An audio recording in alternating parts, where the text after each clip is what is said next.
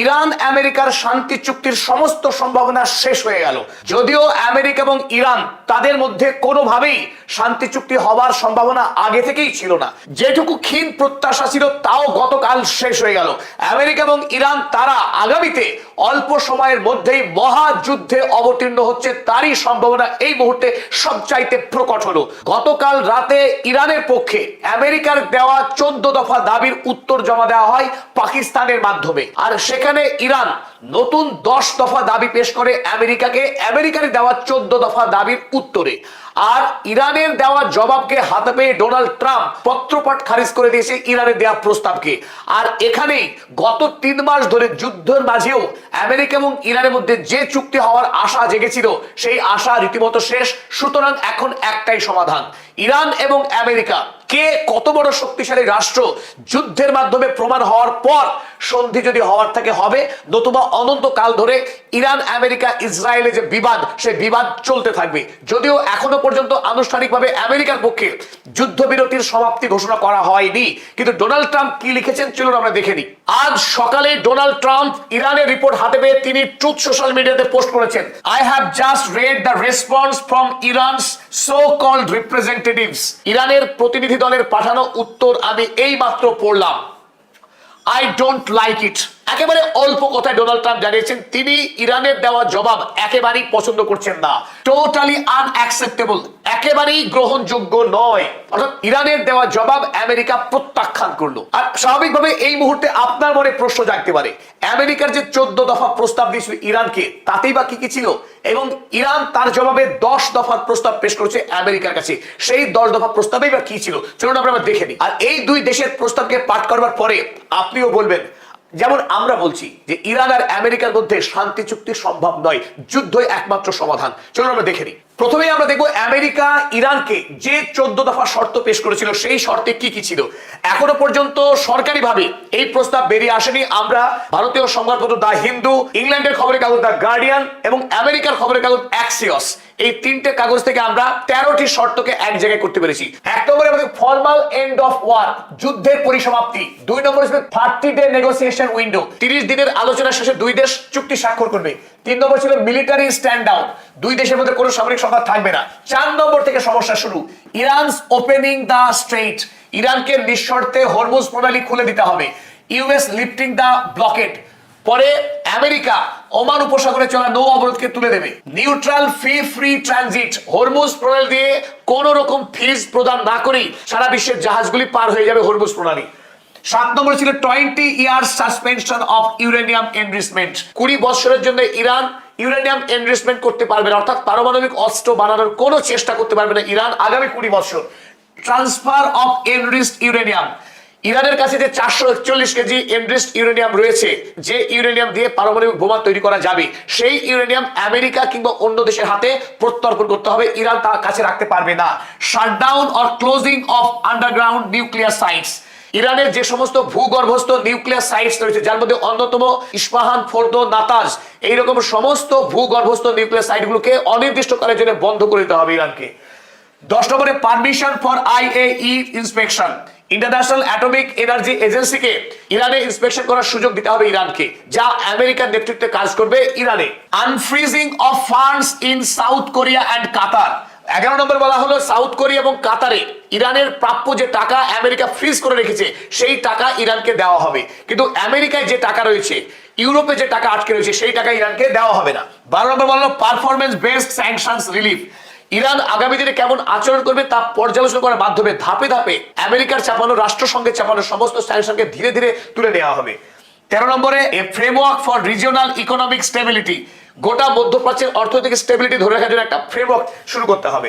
14 নম্বর আমরা জানতে পারিনি, যে 13টি পয়েন্ট আমরা তুলে ধরলাম সেখান থেকে একটা বিষয় স্পষ্ট, 28শে ফেব্রুয়ারি ইরান হামলা করবার আগে আমেরিকা এবং ইসরায়েলের যে অবস্থান ছিল ইরানের প্রশ্নে, সেখান থেকে আমেরিকা এতটুকু সরে আসেনি, তারা সেই পুরনো দাবিতেই আছে, অর্থাৎ ইরান কোনোভাবেই পরমাণু অস্ত্র তৈরি করতে পারবে না, তার কাছে থাকা এনরিচড ইউরেনিয়াম অন্য দেশের সাথে তুলে দিতে হবে, নিঃশর্তে খুলে দেবে হরমুজ প্রণালী, হরমুজ প্রণালী থেকে কোনো দেশে কোনো জাহাজের কাছ থেকে ফিজ নেওয়া যাবে না, তাদের উপরে সমস্ত স্যাংশনও তোলা হবে না, এমনকি যে সমস্ত টাকা ফ্রিজ করে রেখেছে আমেরিকা সেই টাকার বেশিরভাগটাই ইরানের হাতে তুলে দেওয়া হবে না। স্বাভাবিকভাবেই আমেরিকার দেওয়া এই 14 দফা শর্ত যে ইরান কোনোভাবেই মেনে নেবে না তা স্পষ্ট ছিল। চলুন ইরান এবার আমেরিকার যে দাবিগুলোকে নস্যাৎ করে তারা কি কি দাবি পেশ করলো। গতকাল ইরানের পক্ষে পাকিস্তানের কাছে, অর্থাৎ যে রাষ্ট্র ইরান এবং আমেরিকার মধ্যে শান্তি চুক্তির মধ্যস্থতা করছিল, সেই পাকিস্তানের হাতে ইরান পাঠিয়ে দিয়েছে তাদের 10 দফা দাবি সম্বলিত প্রস্তাব। সেই প্রস্তাব, যে প্রস্তাব পড়ে ডোনাল্ড ট্রাম্প প্রত্যাখ্যান করে দিয়েছে। চলুন ইরান কি কি দাবি করেছিল আমরা দেখে নিই। 1 নম্বর শর্তে ইরান জানিয়েছিল 20 years enrichment suspension rejected। 20 বছর ধরে আমেরিকা যে দাবি করেছিল ইরান কোন ইউরেনিয়াম সমৃদ্ধি করে কাজ করতে পারবে না, তা ইরান প্রত্যাখ্যান করেছে। 2 নম্বরে highly enriched uranium transfer rejected. অন্য কোন দেশের হাতে ইরানের কাছে থাকা 441 কেজি যে এনরিচড ইউরেনিয়াম তাদের তুলে দিতে হবে দাবি করেছে আমেরিকা, সে দাবিও ইরান প্রত্যাখ্যান করেছে, ইরান মানবে না। 3 নম্বর closing of nuclear sites rejected. ইরানের যে গুরুত্বপূর্ণ পরমাণু কেন্দ্রগুলো রয়েছে মাটির গভীরে, যেখানে ইউরেনিয়াম সমৃদ্ধিকরণের কাজ বা আগামীতে বোমা প্রস্তুতিকরণের যে কাজ মাটির গহ্বরে হয়, সেই সাইটগুলোকে আমেরিকা দাবি করেছে বন্ধ করে দিতে হবে। ইরান সেই দাবিকে ছুঁড়ে ফেলেছে। ইরান কোনো অবস্থাতেই নাতাজ, ফোর্দো বা ইস্পাহানের পরমাণু কেন্দ্রগুলো বন্ধ করবে না। 4 নম্বর immediate US primary and secondary sanction lift. চতুর্থত অবিলম্বে আমেরিকাকে প্রাইমারি এবং সেকেন্ডারি লেভেলে যত স্যাংশন ইরানের উপরে চাপিয়েছে সমস্ত স্যাংশন তুলে দিতে হবে। 5 নম্বর ওয়ার রেপারেশন। ইরানে হামলা করে আমেরিকা এবং ইসরায়েল যে মারাত্মক অর্থনৈতিক ক্ষতি করেছে ইরানের, বাড়িঘর ভাঙা, স্কুল হাসপাতাল ভাঙা এবং অসংখ্য সাধারণ নাগরিককে খুন করা, সমস্ত ঘটনায় আমেরিকাকে একটি নির্দিষ্ট পরিমাণে ক্ষতিপূরণ দিতে হবে ইরান সরকারের হাতে। সেই ক্ষতিপূরণ দেওয়া আবশ্যিক। 6 নম্বর দাবি করেছেন unconditional unfreezing of all global assets. সারা পৃথিবীর বিভিন্ন ব্যাংকে, বিভিন্ন রাষ্ট্রের কাছে যে সমস্ত টাকা আমেরিকা ফ্রিজ করে রেখেছে ইরানের, কারণ সেই টাকাগুলো ডলারে ছিল, ডলারে থাকার কারণে আমেরিকার অ্যাডমিনিস্ট্রেশন ইরানের সেই সমস্ত অ্যাসেটকে ফ্রিজ করে রেখেছে। তাই সারা পৃথিবীর যত দেশে যত টাকা ইরানের পাওনা বকেয়া রয়েছে সমস্ত টাকা ইরানকে মিটিয়ে দিতে হবে। যে টাকার পরিমাণ 150 বিলিয়ন থেকে 500 বিলিয়ন ইউএসডি পর্যন্ত হতে পারে। আর এখান থেকে বোঝা যাচ্ছে যে কি বিপুল পরিমাণ ইরানের টাকা আমেরিকা ফ্রিজ করে রেখেছে। 7 নম্বর sovereignty over the strait. Hormuz প্রণালীকে ইরানের অখণ্ড রাষ্ট্রীয় অংশ বলে মেনে নিতে হবে আমেরিকাকে। 8 নম্বর রিজিওনাল নন অ্যাগ্রেশন প্যাক্ট। এবং মধ্যপ্রাচ্যে আর আগামীতে ইসরায়েল বা আমেরিকা ইরানকে আক্রমণ করবে না, এই শর্তে মুচলেকা দিতে হবে।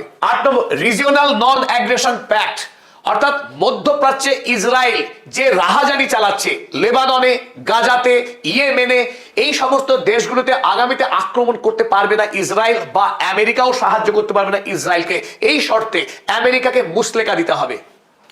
8 নম্বর withdrawal of US naval forces. Oman উপসাগরে বর্তমানে যে আমেরিকার সৈন্যবাহিনী অবরোধ চালাচ্ছে সেই অবরোধ তুলে দিতে হবে।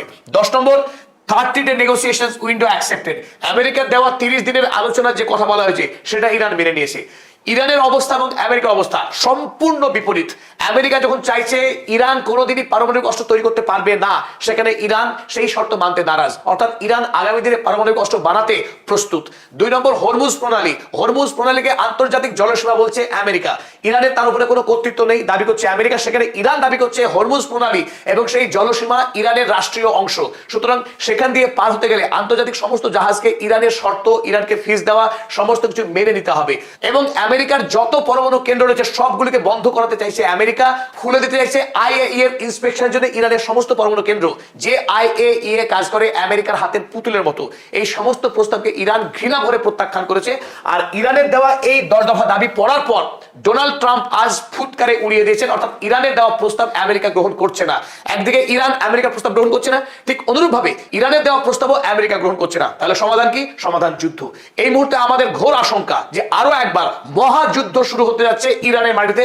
আমেরিকা এবং ইরান যতদিন পর্যন্ত মহাযুদ্ধে জড়িয়ে একটা ভয়ঙ্কর ধ্বংস হচ্ছে এবং একটি রাষ্ট্র সম্পূর্ণরূপে পরাস্ত হয়ে অপর রাষ্ট্র বিজয়ী হচ্ছে, ততক্ষণ এই দুই রাষ্ট্রের মধ্যে সংঘাত শেষ হচ্ছে না।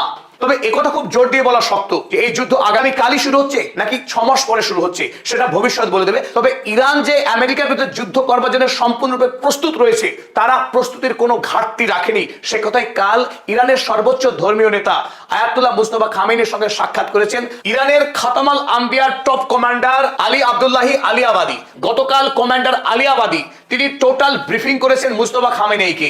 বর্তমানে ইরানের প্রস্তুতি কতটা, কোন সৈন্যবাহিনী কি অবস্থায় আছে, তাদের কাছে কত পরিমাণ অস্ত্র মজুত রয়েছে, তার বিস্তারিত তথ্য প্রদান করেছেন সর্বোচ্চ ধর্মীয় নেতা মুস্তফা খামেনিকে। আর এই খবর আজ প্রকাশিত হয়েছে চীনের সংবাদ মাধ্যম জিনহুয়াতে। চলুন আমরা দেখে নিই হেডলাইনগুলো চটপট। Iran commander meets Khamenei সেইজ forces highly prepared. ইরানের কমান্ডার খামেনেইর সঙ্গে সাক্ষাৎ করেছেন এবং জানিয়েছেন যে ইরানের সৈন্যবাহিনী উচ্চ পর্যায়ের প্রস্তুতি সম্পন্ন করেছে to confront any hostile action, ইরানের বিরুদ্ধে যে কোনো আক্রমণকে মোকাবেলা করার জন্য। চীন লিখেছে top military commander meets Iran supreme leader briefs on military readiness. ইরানের সরকারি সংবাদপত্র Islamic Republic of Iran Broadcasting তারা একটি টুইট করেছে, সেই টুইটে লেখা হয়েছে according to Tasnim News Agency, তারাও তাসনিম নিউজ এজেন্সিকে কোট করেছে, Abdullahi presented a report on the preparedness of Iran's arm forces.